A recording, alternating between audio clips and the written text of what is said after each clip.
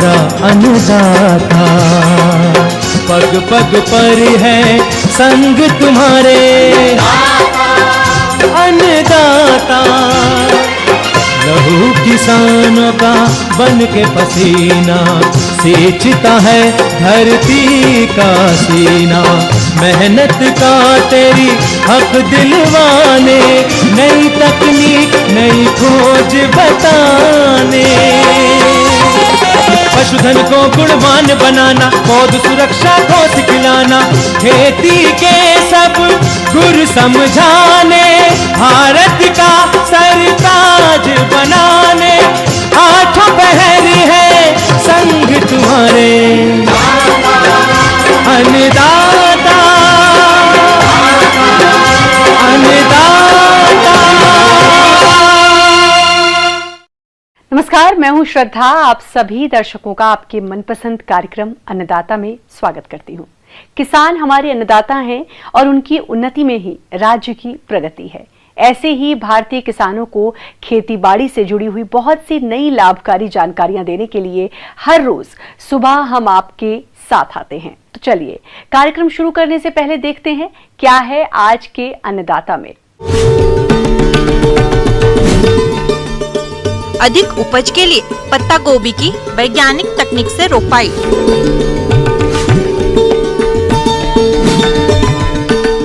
फसलों में मल्चिंग लगाएं, अधिक पैदावार पाएं।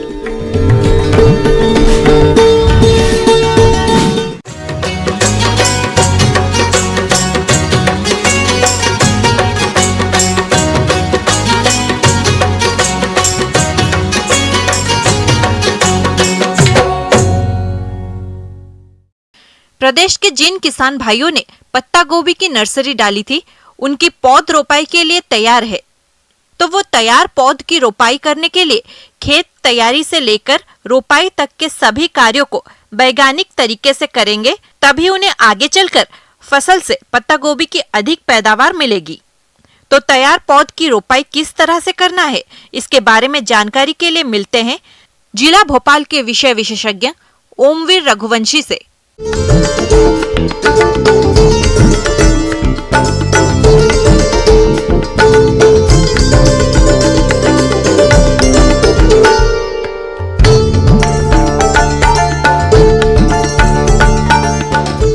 आज हम किसान भाइयों पत्ता गोभी के रोपाई के बारे में बात करेंगे, चूँकि ग्रीष्मकालीन का समय शुरू होने वाला है और जो किसान भाई ग्रीष्मकालीन पत्ता गोभी की खेती करने वाले हैं या कर रहे हैं, उनके लिए हम रोपाई कैसे करते हैं, क्या विधियां हैं उनकी, उनमें सिंचाई कैसे करनी है, आपको उस बारे में हम लोग बात करेंगे। हम देखेंगे इसमें कि किस्मों का चयन भी एक प्रमुख कारक रहता है। आपको मौसम के अनुसार, जलवायु के अनुसार ही किस्मों का चयन करना है। चूँकि आजकल जो आपकी बाज़ार में काफ़ी जो किस्में हैं उपलब्ध रहती हैं, पर जो आपका पूसा ड्रम हेड वैरायटी है, आपका कामधेनु आपकी किस्म है, कामधेनु है, सुजाता किस्म है आपकी, तो ये सारी ग्रीष्मकालीन पत्ता गोभी की अच्छी किस्में मानी जाती है। तो आपको बहुत अच्छी और जो गुणवत्ता वाली किस्म है वही किसान भाई उसको आपको चयन करना है ग्रीष्मकालीन के लिए। किसान भाइयों, ये किस्में पत्ता गोभी का अधिक उत्पादन देती है, तो आप इनमें से किसी भी किस्म का चयन करके रोपाई कर सकते हैं। इसके अलावा आप खेत की तैयारी करते हुए खाद उर्वरकों का प्रयोग कैसे करें, आइए जानते हैं। किसान भाइयों, अब हम बात करेंगे भूमि की तैयारी। भूमि की तैयारी एक महत्वपूर्ण कारक रहता है, कोई भी फसल हो। भूमि की तैयारी के लिए आप सबसे पहले किसान भाइयों जो खेत है अपना, उसमें आप 1 से 2 बार आपको जुताई करनी है प्लाऊ की सहायता से। जब आप अच्छे से जुताई कर लें, उसके बाद किसान भाइयों आपको हैरो की सहायता से या फिर कल्टीवेटर की सहायता से एक बार आपको खड़ी जुताई करनी है उसमें। उसके बाद आपको आड़ी जुताई करनी है ताकि जो मिट्टी है आपकी वो अच्छी तरीके से कट जाए। उसके बाद खेत को पाटा चलाकर समतल कर लेते हैं ताकि जो मिट्टी है वो आसानी से भुरभुरी हो जाए। उसके बाद हम बात करते हैं खाद एवं उर्वरक की। तो खाद एवं उर्वरक के लिए किसान भाइयों सबसे पहले जो आसानी से उपलब्ध होने वाली खाद है किसानों के लिए वो गोबर की खाद है। तो वो लगभग आपकी 150 से 200 कुंटल प्रति हेक्टेयर की दर से इसकी आवश्यकता रहती है। उसके बाद अगर हम बात करें रसायन खाद की, तो रसायन खाद में सामान्यतः आप उसको यूरिया, एसएसपी, एमओपी की सहायता से लगभग देते हैं किसान भाइयों। तो पत्ता गोभी की जो फसल है उसमें आप लगभग 100 से 110 किलोग्राम यूरिया की आवश्यकता रहती है, 300 किलोग्राम आपका एसएसपी की आवश्यकता रहेगी और लगभग 100 से 110 ग्राम आपको एमओपी, म्यूरेट ऑफ पोटाश है, उसकी आवश्यकता रहेगी। रोपाई के समय आधा भाग यूरिया का, पूरा भाग एसएसपी का जो सिंगल सुपर फास्फेट के नाम से जाना जाता है, और पूरा भाग आपका म्यूरेट ऑफ पोटाश का। और बची हुई जो शेष मात्रा है वो आपको 30 से 35 जब दिन हो जाएंगे रोपाई के, तो उसके बाद आपको टॉप ड्रेसिंग जो छिड़काव की विधि से आपको यूरिया देनी रहेगी। किसान भाइयों, गर्मी के मौसम में पत्ता गोभी की फसल से अधिक उत्पादन प्राप्त करने के लिए आप पौध उपचार करके पत्ता गोभी की रोपाई किस तरह से करें, इसकी जानकारी कुछ इस तरह से है। किसान भाइयों, अब हम बात करते हैं पत्ता गोभी की रोपाई के बारे में। तो किसान भाई, पत्ते गोभी की जो आपकी पौधा है वो लगभग 40 से 45 दिन लेती है तैयार होने में। 40 से 45 दिन बाद ये तैयार मानी जाती है कि इसको खेत में हम लोग इसको रोपाई कर सकते हैं। उससे पहले आपको ये ध्यान रखना है कि जो आपका पत्ता गोभी का जो पौधा है उसको आपको उपचारित करना है। उपचारित करने के लिए किसान भाइयों आप रसायन का उपयोग कर सकते हैं, जैसे बाविस्टीन नामक दवा रहती है कवकनाशी, उसको आप 2 से 3 ग्राम प्रति लीटर के पानी की दर से आपको जो आपके पत्ता गोभी के पौधे हैं उनकी जड़ों को आपको उसमें लगभग 25 से 30 मिनट डुबा कर रखना है, ताकि आप जब रोपाई करते हैं तो उसमें कोई कवक ना आ जाए। जो शुरुआती स्टेज है, शुरुआती अवस्था है पत्ता गोभी की, उसमें क्या है कि बीमारी होने का डर ज़्यादा रहता है किसान भाइयों। उसके बाद आपको दूरी, उसकी बात करें अगर आपको कितनी दूरी पे लगाना है, तो ग्रीष्मकालीन जो पत्ता गोभी है उसको आपको लगभग 1.5 फीट इंटू 1.5 फीट, लगभग 1.5 से 1.5 फीट जो आपकी लाइन से लाइन की दूरी और पौधे से पौधे की दूरी लगभग 1.5 से 1.5 फीट रखी जानी चाहिए किसान भाइयों। एक तो ये ध्यान रखना है आपको कि शाम के वक्त ही आपको रोपाई करना है, जिससे क्या है कि ज़्यादा धूप के संपर्क में नहीं आए और वो रात भर का समय लेकर पौधा जो है सुबह तक अच्छे से जम जाएगा। पत्ता गोभी की फसल में कई तरह के खरपतवार भी उग जाते हैं, जिसके कारण फसल का उचित विकास नहीं हो पाता और उत्पादन में भी कमी आ जाती है। इसलिए आप फसल में निराई गुड़ाई करते रहें और फसल को खरपतवारों से मुक्त रखें। इसके अलावा फसल में सिंचाई कैसे करें, आइए जानते हैं। किसान भाइयों, अब हम बात करते हैं उसमें सिंचाई के बारे में। तो चूंकि ग्रीष्मकालीन का समय शुरुआत हो गई है किसान भाइयों, तो आपको ये ध्यान रखना है कि ज़्यादा पानी की कमी ना हो पाए और मिट्टी का जो प्रकार है आपका, अगर भारी मिट्टी है तो उसमें नमी ज़्यादा समय तक बनी रहती है, अगर रेतीली मिट्टी है तो उसमें पानी जो है आपका मॉइस्चर, नमी है बहुत कम समय के लिए बना रहता है। इसलिए आपको ये ध्यान रखना है किसान भाइयों कि आपको जो आवश्यकता अनुसार है आपको विश्लेषण करते रहना है खेत में कि पानी की कमी ना होना पाए। चूँकि गर्मी का समय है तो आपको पानी का विशेष ध्यान रखना है। किसान भाइयों, जिन बिंदुओं पे आज हम चर्चा किए हैं पत्ता गोभी के बारे में, अगर उन बिंदुओं को ध्यान में रखते हुए किसान भाइयों अगर आप पत्ता गोभी की ग्रीष्मकालीन खेती कर रहे हैं तो आप उससे ज़्यादा से ज़्यादा उत्पादन प्राप्त कर सकते हैं। किसान भाइयों, अभी तक आपने खेती से जुड़ी हुई कुछ उपयोगी जानकारियां देखी। अब लेते हैं एक छोटा सा ब्रेक, जल्द ही लौटेंगे और कार्यक्रम में आगे भी हैं खेती बाड़ी से जुड़ी महत्वपूर्ण जानकारियां, तो बने रहिए हमारे साथ। का अन्नदाता में स्वागत है। चलिए अब रुख करते हैं अगली कड़ी की ओर।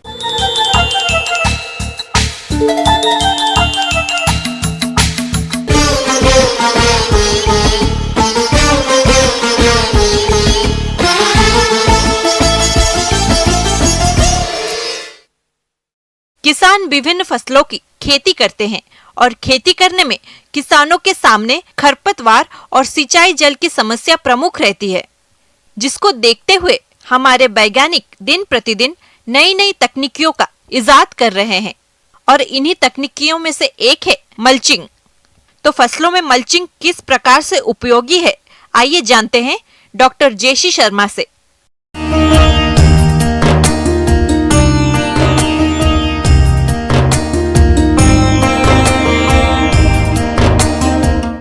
छायावरण जो है हमारे पास विभिन्न प्रकार के होते हैं।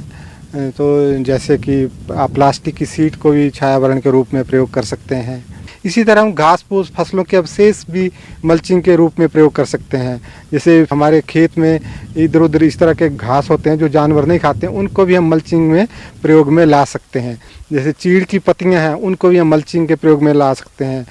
जब हम तीनों ये मल्चिंग को हम देखते हैं तो ये जो प्लास्टिक की शीट की मल्चिंग है, इसमें हमें नमी संरक्षण में तो अच्छा फ़ायदा मिलता है, लेकिन इसका थोड़ा हमें बाज़ार से लाना पड़ती है, ये थोड़ा इसमें खर्च भी करना पड़ता है। लेकिन ये दूसरी मल्चिंग है, इसको हम अपने आराम से फील्ड में ही अरेंज कर सकते हैं, इनका प्रबंधन अच्छी तरह से कर सकते हैं और फसलों में इनका भरपूर फ़ायदा भी ले सकते हैं। किसान भाइयों, सबसे पहले जानते हैं प्लास्टिक मल्चिंग क्या है। खेत में लगे पौधों की जमीन को चारों तरफ से प्लास्टिक फिल्म के द्वारा सही तरीके से ढकने की प्रणाली को प्लास्टिक मल्चिंग कहते हैं। ये प्लास्टिक फिल्म कई प्रकार और कई रंग में आती है। इसका चयन जलवायु एवं फसल के आकार प्रकार के अनुसार करते हैं। ये प्लास्टिक शीट भी डिफरेंट कलर्स की होती है, जैसे सिल्वर कलर की भी होती है, काले रंग की होती है, और ये जो हमारे पास ट्रांसपेरेंट शीट होती है एक प्लास्टिक की, उसको हम मल्चिंग के रूप में प्रयोग में नहीं लाते हैं। और ये जो प्लास्टिक की शीट हम मल्चिंग के रूप में प्रयोग करते हैं, ये विभिन्न मोटाई की भी होती है, जैसे 25 माइक्रोन की है, 50 माइक्रोन की है, 100 माइक्रोन की है, 200 माइक्रोन की है। ये कितने मोटाई की मल्चिंग प्लास्टिक की शीट की करनी है, ये निर्भर करता है कि फसल की अवधि कितनी है। कम अवधि वाली फसलों के लिए कम मोटाई की शीट हम प्रयोग में करते हैं, 25 माइक्रोन की करते हैं या 50 माइक्रोन। जो फसलें हमारी 3 से 4 महीने की अवधि की होती है, उनमें हम जनरली कम मोटाई की शीट प्रयोग में लाते हैं, जैसे 25 माइक्रोन की या 50 माइक्रोन की, ताकि वो जब तक फसल तैयार नहीं होती तब तक वो फील्ड में मल्चिंग का काम करती रहे वो शीट। ठीक है, जैसे 4 से 6 महीने की फसल है, उस मध्यम अवधि की फसल उसमें कहते हैं, तो उसमें आप 50 माइक्रोन की शीट को प्रयोग में ला सकते हैं, 50 माइक्रोन या उससे ज़्यादा। अगर 6 महीने से ज़्यादा अवधि की कोई फसल है, जैसे हमारे पास कई बार जिंजर वगैरह, हम अदरक वगैरह लगाते हैं, तो उसमें अगर हमने लगाना हो तो हम 50 या 100 माइक्रोन की शीट का भी प्रयोग कर सकते हैं। इसी तरह अगर फलदार पौधों में हमने मल्चिंग का प्रयोग करना है, तो उसमें हम 100 माइक्रोन या उससे ऊपर की ही शीट को मल्चिंग के प्रयोग में लाते हैं। ये जो मल्चिंग जो हम करते हैं फसल उत्पादन के लिए, इनके 3 प्राथमिक लाभ रहते हैं। जैसे नमी संरक्षण सबसे ज़्यादा इसका फ़ायदा होता है। दूसरा, सर्दियों की फसलों में कई बार तापमान इतना गिर जाता है कि फसल अच्छी ग्रोथ नहीं कर पाती है, तो टेम्परेचर मॉडरेशन के लिए भी ये अच्छा फ़ायदा देती है। तीसरा फ़ायदा जो होता है, प्राथमिक लाभ जो मल्चिंग का होता है, वो बीड कंट्रोल, खरपतवार नियंत्रण के लिए भी इनका बहुत अच्छा फ़ायदा रहता है। बाकी द्वितीय लाभ तो काफ़ी होते हैं मल्चिंग, जैसे मिट्टी की गुणवत्ता को ये सुधारते हैं, दूसरी उसकी उर्वरा शक्ति को भी सुधारते हैं, और इस तरह के कई लाभ हैं। हमें साफ सुथरी फसल मिलती है। मल्चिंग के इन सभी लाभों को देखते हुए जो किसान अपनी सब्जी वाली फसलों में इनको लगाना चाहते हैं, वो कृषि विभाग द्वारा इस पर अनुदान भी दे है, तो इस अनुदान का लाभ उठाते हुए आप अपनी फसलों में लगवा सकते हैं। तो जितनी भी हमारी ये सर्दियों में उगाई जाने वाली सब्जियां हैं, जैसे फूल गोभी है, पत्ता गोभी है, मटर है, और दूसरी कई फसलें हैं जिनमें हमें पानी की ज़्यादा ज़रूरत रहती है, और आप देखते हैं कि सर्दियों में बारिशें हमारे पास कम रहती है और तापमान जो बहुत गिर जाता है। तो जितनी भी ये सर्दियों में उगाई जाने वाली फसलें हैं, इनमें मल्चिंग का बहुत ज़्यादा महत्व रहता है। आगे और भी हैं खेती बाड़ी से जुड़ी हुई बहुत सी रोचक जानकारियां, पर यहाँ पर रुकेंगे एक और ब्रेक के लिए, जल्द हाजिर होंगे।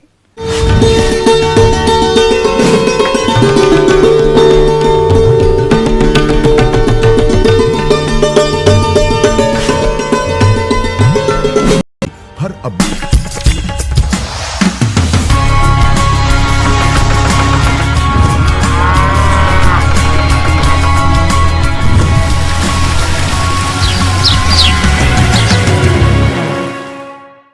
ब्रेक के बाद एक बार फिर से आप सभी दर्शकों को अन्नदाता कार्यक्रम में स्वागत है। बढ़ते हैं अगली प्रस्तुति की ओर।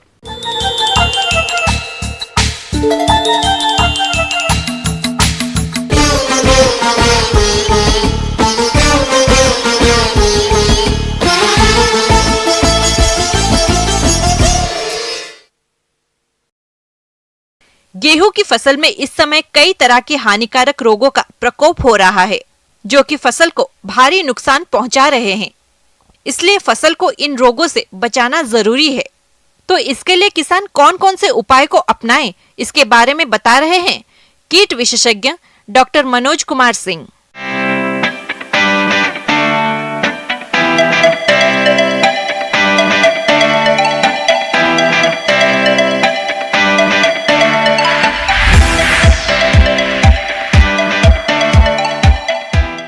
किसान भाई, आप सभी लोग गेहूं लगा चुके हैं और अभी का जो मौसम है पूरा आसमान में बादल छाए हुए हैं और इस समय आपके खेतों में गेहूं की फसल पर पीला रस्ट है, जो इसको बोलते हैं पीला कीट, जो है लगने की संभावना ज़्यादा प्रबल दिखाई दे रही है।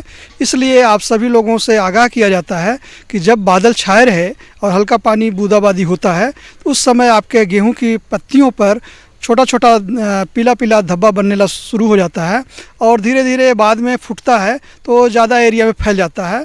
और इसको नज़रअंदाज न करें और इसके लिए आपको हमेशा सतर्क रहना है कि अपना जो मौसम को देख करके आप अपने खेतों में प्रयास करें कि वहाँ पर ये पीला कीट आया हुआ है या कभी कभी कहीं कहीं भूरा कीट भी आता है, कहीं कहीं काला कीट होता है।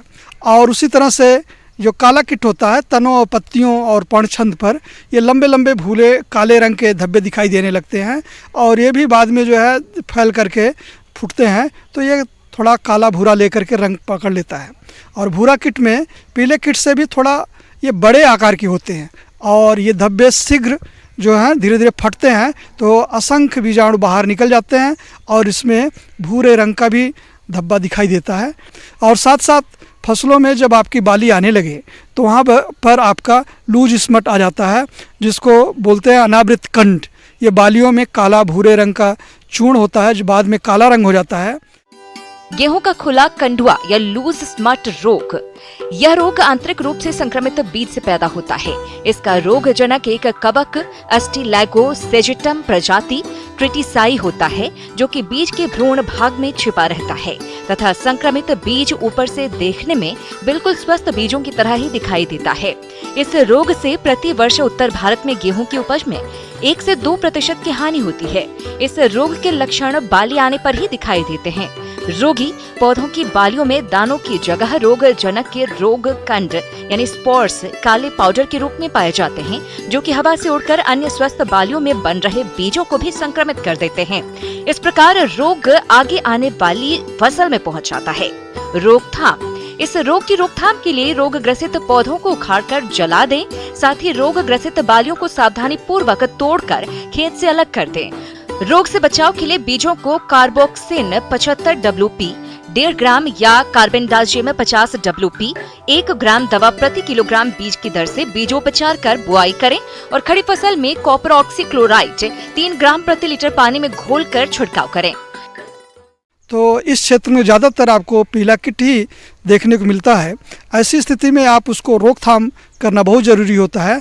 तो आप जो है प्रोपिनोकोनाजोल जो आप जो है बाज़ार से ले लें और जिसको टिल्ट के नाम से इसको बाज़ार में मिलता है 25 EC के दर से। तो यह 1 ml दवा जो है प्रति लीटर पानी में घोल बना करके छिड़काव करें। प्रोपिनोकोनाजोल यह जो है 15 दिन के अंतर पर 2 बार ज़रूर छिड़काव करें और कोशिश करें कि जब भी बीज आप जो है लगाएं तो वहाँ कार्बेंडाजिम 2.5 ग्राम प्रति किलोग्राम की दर से आप उसको बढ़िया ढंग से बीज उपचार करके चलें। या मैनकाजेब भी आप जो है उपयोग कर सकते हैं। मैनकाजेब 2 ग्राम प्रति लीटर पानी में घोल बना करके छिड़काव करेंगे तो आपका ये रोका जा सकता है। और अगर ऑर्गेनिक विधि से इसको रोकना चाहते हैं तो जो छेना पानी होता है, छेना का जो छना हुआ पानी रहता है उसमें लगभग 5-6 दिन पुराना हो जाए, उसमें थोड़ा हल्दी मिला दीजिए और उसको भी छिड़काव कर सकते हैं। तो वहाँ भी बताया जाता है कि ये पीला कीट रोका जा सकता है। किसान भाई, अगर आप जो है ये जो बतलाया गया उस तरह से आप अपनाएंगे कि आप जो है समय समय पर दवा का उपयोग करेंगे तो आपके खेत में ये बीमारी नहीं लगेगी और आपका उत्पादन अच्छा पैदा होगा।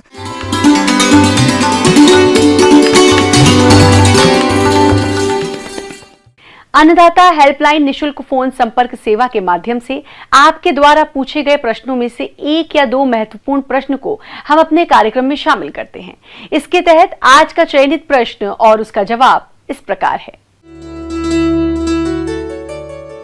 अन्नदाता निशुल्क फोन संपर्क सेवा के माध्यम से पूछे गए प्रश्नों में से आज हमने जिस प्रश्न को कार्यक्रम में शामिल किया है उसे पूछा है ग्राम अनंतपुर, जिला इंदौर के कृषक शिवराम नागर ने।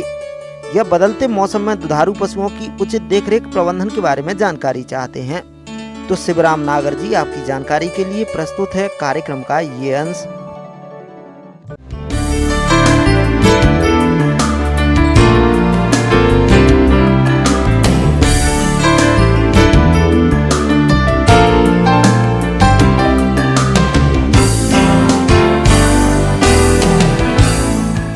किसान भाइयों, आज हम बात करेंगे बदलते हुए मौसम में पशुपालन में ध्यान रखने वाली बातें। मुख्य रूप से देखा गया है कि जैसे हमारा जो सर्दी का मौसम अब धीरे धीरे ख़त्म हो रहा है और गर्मी धीरे धीरे बढ़ रही है, तो इस मौसम में हम हमारे पशुओं को उनका उत्पादन और उनका जो प्रजनन क्षमता कैसे बराबर बनाए रखें।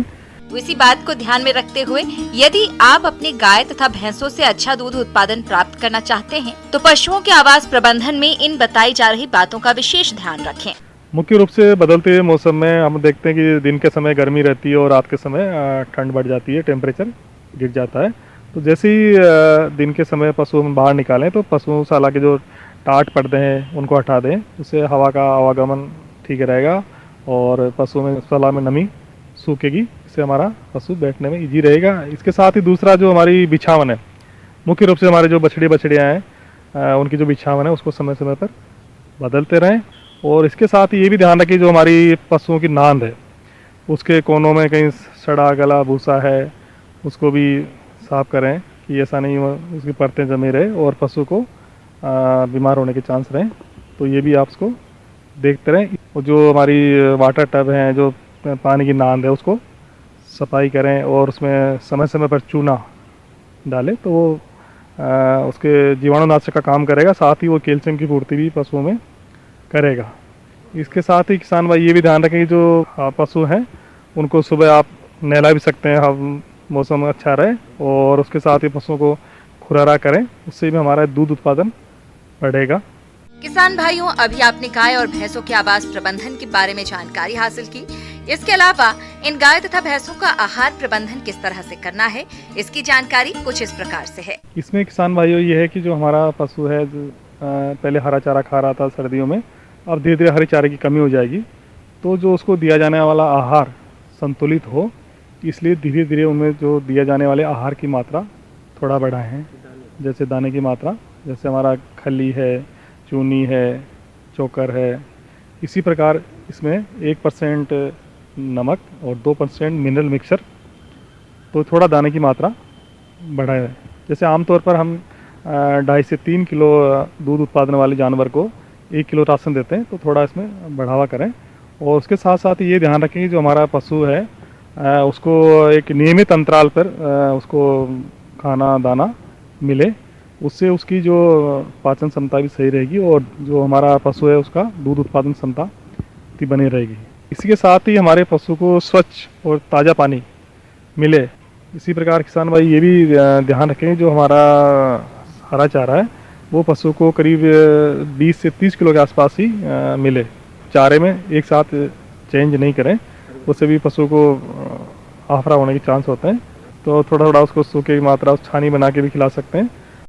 शरीर की देखभाल के लिए गायों को 1.5 किलो प्रतिदिन व भैंस के लिए 2 किलोग्राम प्रतिदिन, प्रत्येक 2.5 लीटर दूध पर गायों को 1 किलोग्राम दाना मिश्रण देना चाहिए।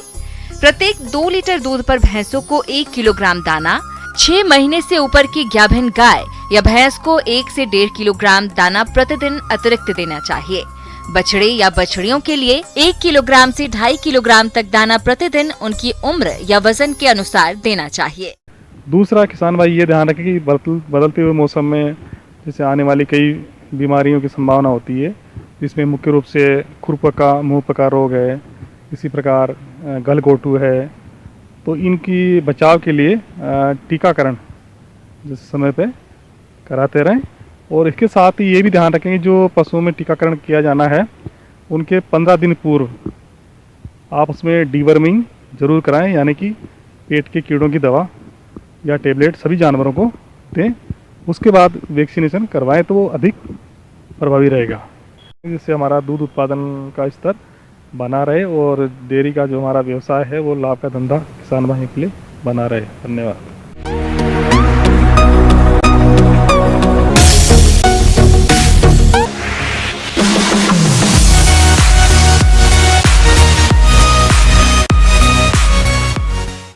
आइए अब एक नजर डालते हैं राज्य के कुछ चुनी हुई मंडियों के प्रमुख फसलों के बाजार भाव पर।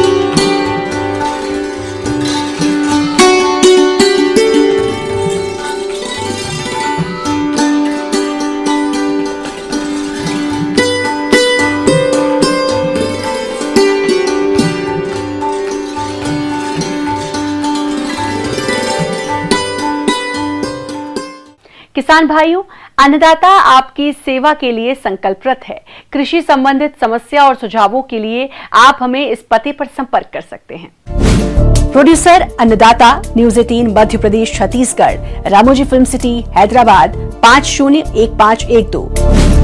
साथ ही आप हमें ईमेल भी कर सकते हैं। हमारी ईमेल आईडी है p18annadatamp@nw18.com। इसके अतिरिक्त आप हमें निःशुल्क हेल्पलाइन नंबर 180041921555 पर सोमवार से शनिवार सुबह 10 से शाम 4 बजे के बीच संपर्क कर सकते हैं। किसान भाइयों, अब समय हो रहा है आपसे विदा लेने का, तो हमारी अन्नदाता टीम को दीजिए इजाजत। कल फिर होगी आपसे मुलाकात कृषि संबंधित कुछ और महत्वपूर्ण जानकारियों के साथ। नमस्कार।